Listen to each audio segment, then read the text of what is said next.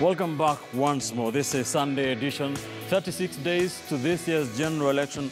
We are taking a look at the big political stories. We are analyzing the manifestos by the two main political sides in this year's election. That is Jubilee Party and the National Super Alliance, the opposition coalition. Let's take a look at some of your views on the manifestos.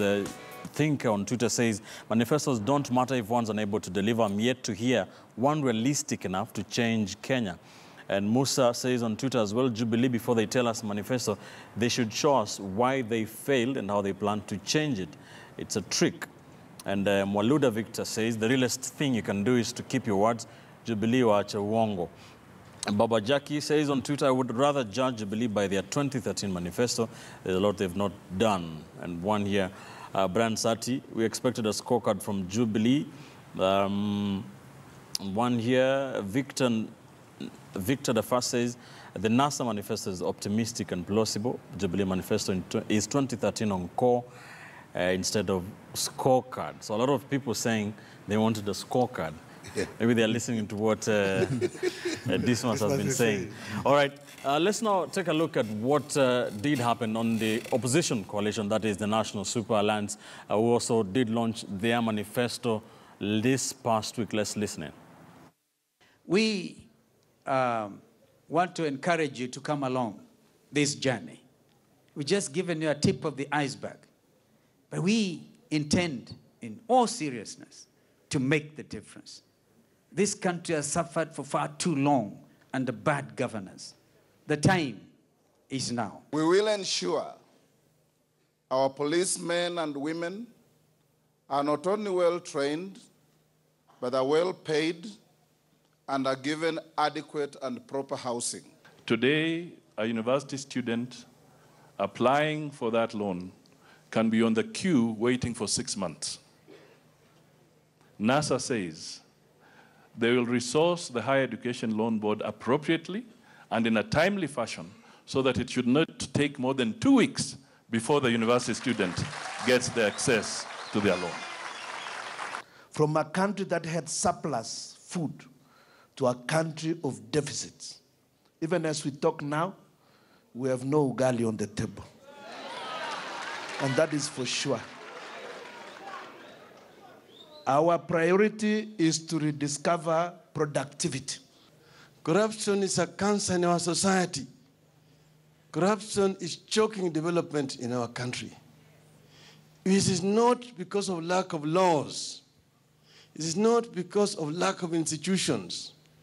But it is because of lack of the will to be able to enforce the laws and create a proper system in our country. We will establish a commission that will deal with historical injustices. We will deal with extrajudicial killings. We will deal with victims of muggings and police brutality effectively. All right, that was the NASA manifesto launch. Not very vibrant, was it? A lot of the principals wearing broken suits, gray suits. No, they say, I don't know how right it is, if you want to look serious, don't wear a light suit. I'm still trying to find out the reason why they went for that color scheme. You know, I mean, there's a way in which you cannot tell the rationale for that. There are so many colors, Kalonzo with a very light color, which you wouldn't expect from a leader who wants to exude power. A broken suit. I think it's still something that needs a lot of analysis. All right. But in terms of pomp and color, I think they were not there for pomp. It looks like it's deliberate. They were not trying to compete Jubilee in terms of having a pompous and a colorful ceremony. They wanted to focus on issues. Dismas? Ben, as I said, for the Jubilee Manifesto launch, now that Kavemba accepts that there was no scorecard, it was like a wedding. It was full of color, that's pomp, but lacking in content. Now, when you go to NASA, it's the converse. It was like they were in a funeral ceremony. People talking in low tones. There was no color. You see the broken suits. So you even wonder whether there was anybody who advised them on the colors. Because, you know, you need to dress in power colors. You notice for Jubilee, all of them were in dark suits, white shirts, and red ties. trying to communicate a very specific message. And for them, they even went the extra mile. They had non-Kikuyu, mostly non-Kikuyu and non-Kalenjin ministers to come and try deliver their messaging. But for NASA, you give them credit for content. The content was overflowing. You could easily get, the content was overwhelming. But when you look at the entire event, and if you spend time to study it, they were actually discussing Chapter 4 of our Constitution, because in the manifesto they say that every Kenyan has got a right to healthcare, education, and stuff like that, which makes for very interesting reading. And it's also the same thing which is captured in the Jubilee Manifesto. But for the Jubilee Manifesto, it doesn't jump to your face. For the NASA thing, it's very clear. But when you look at the speeches, the common thing is, the common agenda for all those speakers is they're saying they're going to fight corruption, and then they're going to work on national inclusivity. And really, at the end of the day, the biggest challenge you have in Kenya is corruption. It's not even these manifestos, because most of these manifestos, probably even those leaders that have not even gone through the manifestos, it's a few top party elite, maybe Dr. David Indi and company, who know what's captured in those. But the messaging was very solid. But at the end of the day, when you look at these two manifestos and you want to compare and contrast, who do you believe between NASA and Jubilee to deliver on those manifestos? And in my view, Jubilee represents status quo, while NASA represents change. So at the end of the day, Kenyans will go sit back and ask themselves, as a Kenyan, I've got my own selfish interest. Because when you go to vote, you are hoping that whoever is going to lead Kenya for the next 5 years is going to serve your selfish interest. So between President Kenyatta and Raila Odinga, who is that person who is going to serve your selfish interest? And that's the interesting analysis that people are looking at those two manifestos. All right, just to take you through like a highlight of what NASA did promise. They did promise to control public debt and grow the economy. They gave a number, 7%, improving police service, that is including police reforms and proper housing for the police service, eradicating poverty. They did promise to build an electric train, build a dual carriage from Mombasa to Nairobi, food security, supporting sportsmen and women, supporting youth and women. You did criticize Jubilee for wanting to build a 6-lane highway from Mombasa to Nairobi.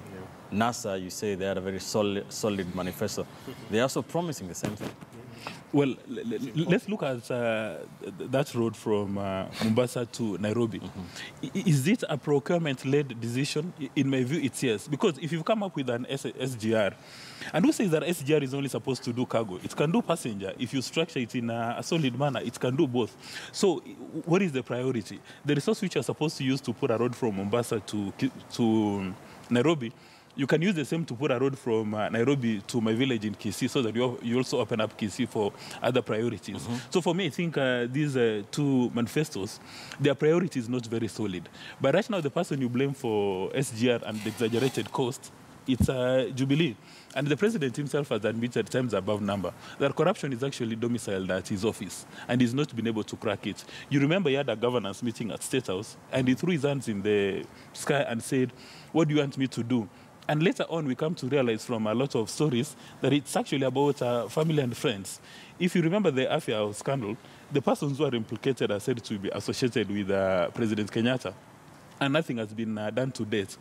If you go to NYS, you got a lady who goes to a commercial bank with a truck and carries money in gunias. Nothing has happened.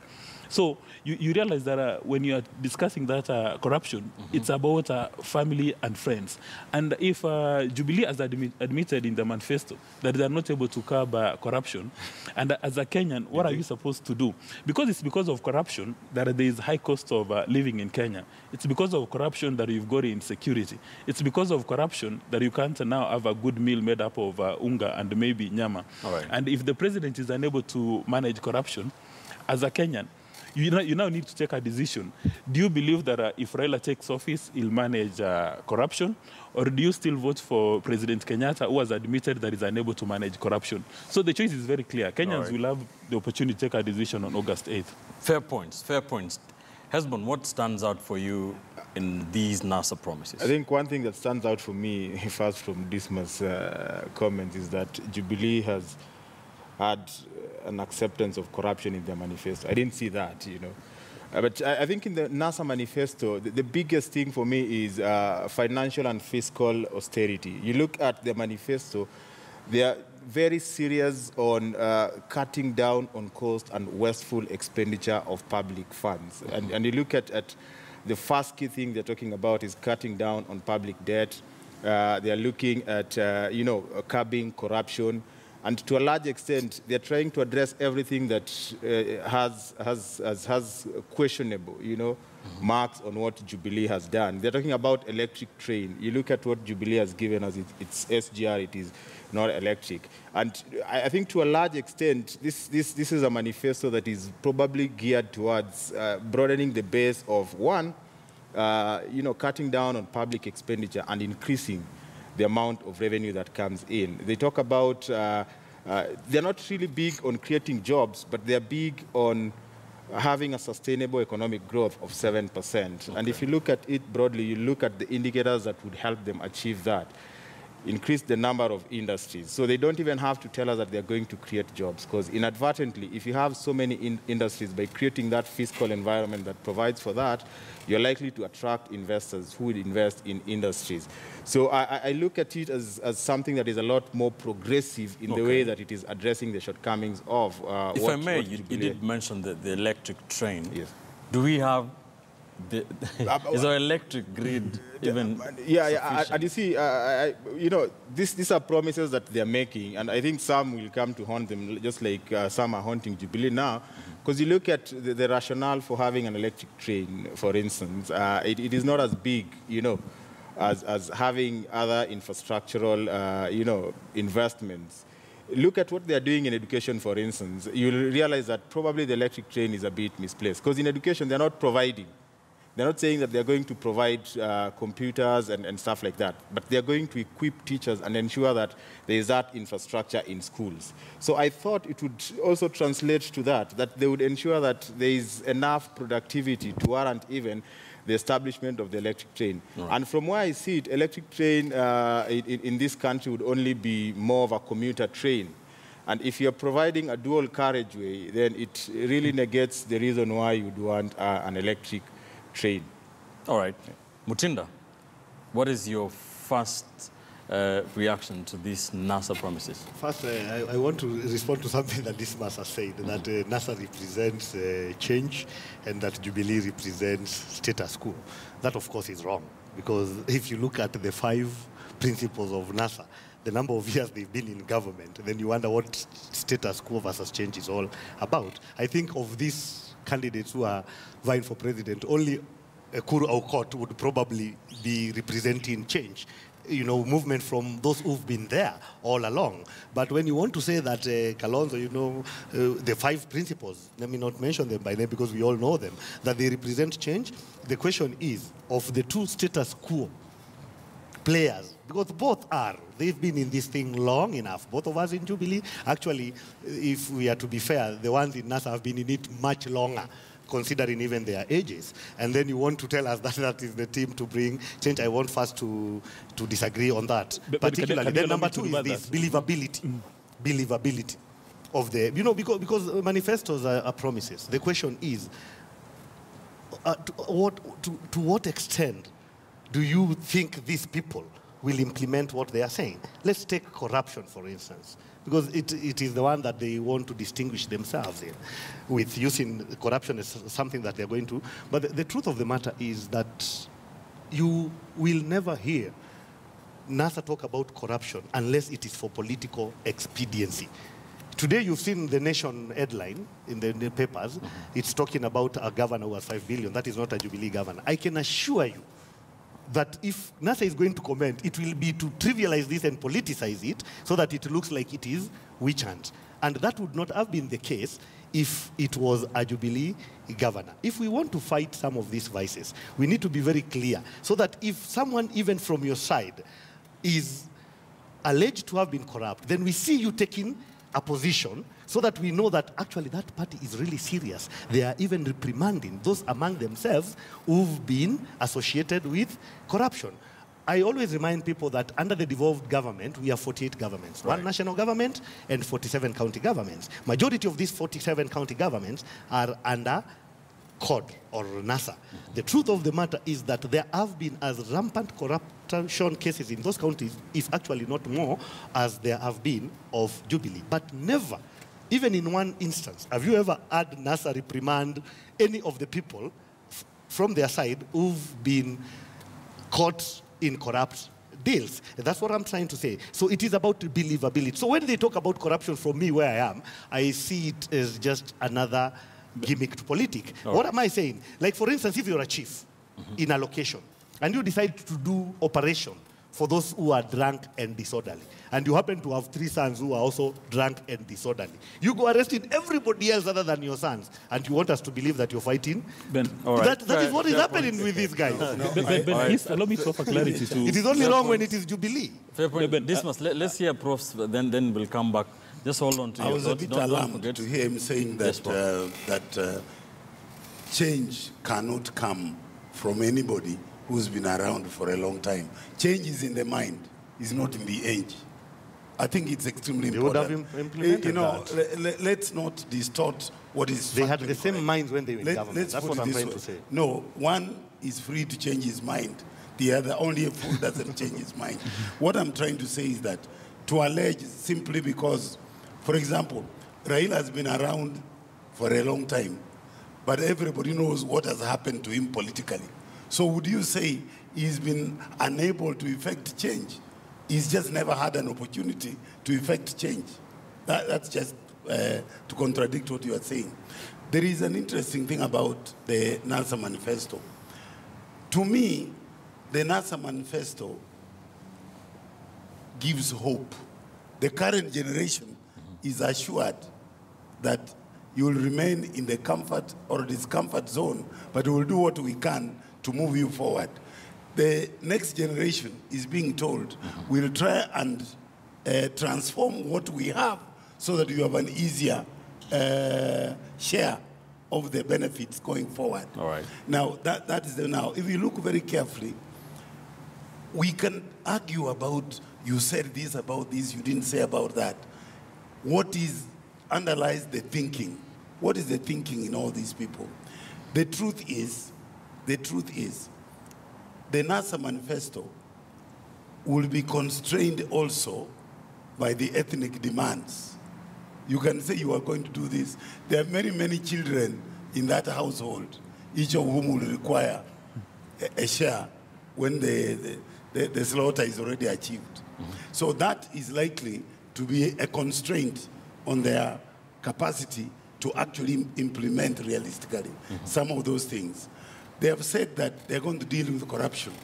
One aspect they have mentioned is that we'll make sure people declare, and what I didn't hear is we'll make sure, all right, that people do not use public facilities for private gain. Okay. They did not say that. They did not say we'll let the law be implemented fairly, whether a person is a NASA person or not. Now, these are the gray areas that I think create a little bit of, yes, they are trying, but how implementable? All right. But let me just respond, Prof. To clarity to my point. This must have been... Yes, I've been holding on. Yeah. Say something. When you talk about status quo today, is that who is running Kenya? It's the Jubilee administration. That's the status quo. All right. The status quo today is manifested by food insecurity, by corruption, which is family and friends. And we must be very careful not to say that an entire community is corrupt, because it's individuals from those communities who are corrupt, so family and friends. And then you've got change, what Professor has spoken about, that the NASA Manifesto is giving Kenyans hope. So Kenyans have got the opportunity to take a decision.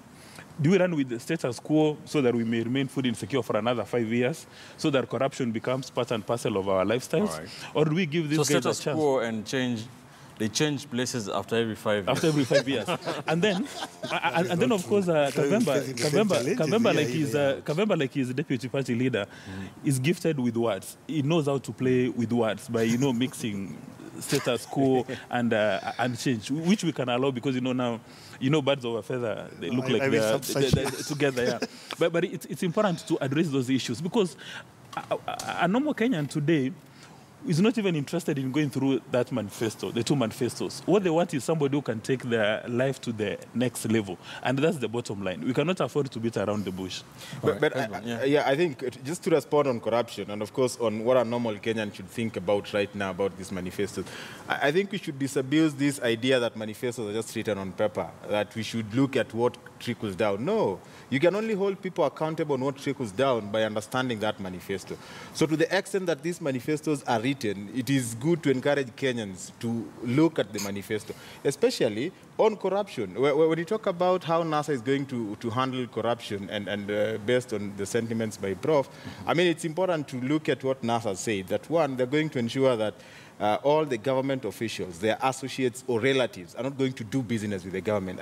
Serious Kenyans should take heed of this and look at who is around NASA as they are campaigning, because they may not be relatives, but they are associates, so they should not do business with the government. That is one way, and we can hold them accountable to that. And then secondly, I think NASA has a NASA code of conduct, you know, which they'll probably give Kenyans that this is the way the NASA government is going to operate. This is how the NASA governors are going to operate, NASA senators, NASA civil servants and technocrats. So much so that once we have that, we can now hold them accountable and say, you are not fighting corruption. And we have indicators. The reason why you're not fighting corruption is because this guy was in your campaign team. This guy is doing business with the government. I mean, in itself, it becomes corruption because it is a relationship that is not really ethical. And I think if we encourage people to understand how the indicators of these manifestos can be questioned and interrogated, then we can talk of scorecards. But I don't think there is anyone who is justified to hold Jubilee accountable for scorecards, yet they don't even have indicators. All right. All right. Let me just go through some of the very many views on what we're discussing. Balzat says, don't forget about the 1,000 megawatts gas power generation at Lunga Lunga. I guess that's I think that is an ongoing project. Minor United says, NASA is hellbent to cut spending by calling for a referendum in 100 days and create utopian positions that will cost billions. Dennis Oscar says, Mutinda, who like the president, had full control power. Like Jubilee, Mutinda, stop misleading Kenyans. You know the truth. One here from Prince Waso says, the promise of having an electric train is far-fetched. Let's improve the road network in the whole country. And one here from Mujera Samuel says, Jubilee Manifesto launch was more of a beauty contest with lack of content. NASA at least tackled real issues. And one here from Brian. Not Brian, Marie Giren, who says, Ben, I think this man called Oeri and Mokua don't really understand scorecard because I saw ministers giving scorecard, but they are biased. And something else that close to that says, Marigi says, Ben, help understand what scorecard is, because I think Prof had dismissed giving it a different meaning. What do you mean by scorecard? Somebody wants to understand. My scorecard is an assessment of how you have met your specific objectives. That's scorecard. And it's a manifestation of accountability. You know, when you deal with the situations whereby blurring the situation makes it easier for you to explain yourself, the purported claim that I don't understand a scorecard, of course, is based on the fact that my opinion is disagreeable. All right. Now, secondly, I wanted to add this. Yes. If you look very carefully, my colleague here has said people read the manifestos. You know, the truth is 90% of the people going to vote, all right, are voting on one or two issues that affect them directly, with or without a manifesto. But these are, what you might call, operating on an ethnic platform. Mm-hmm.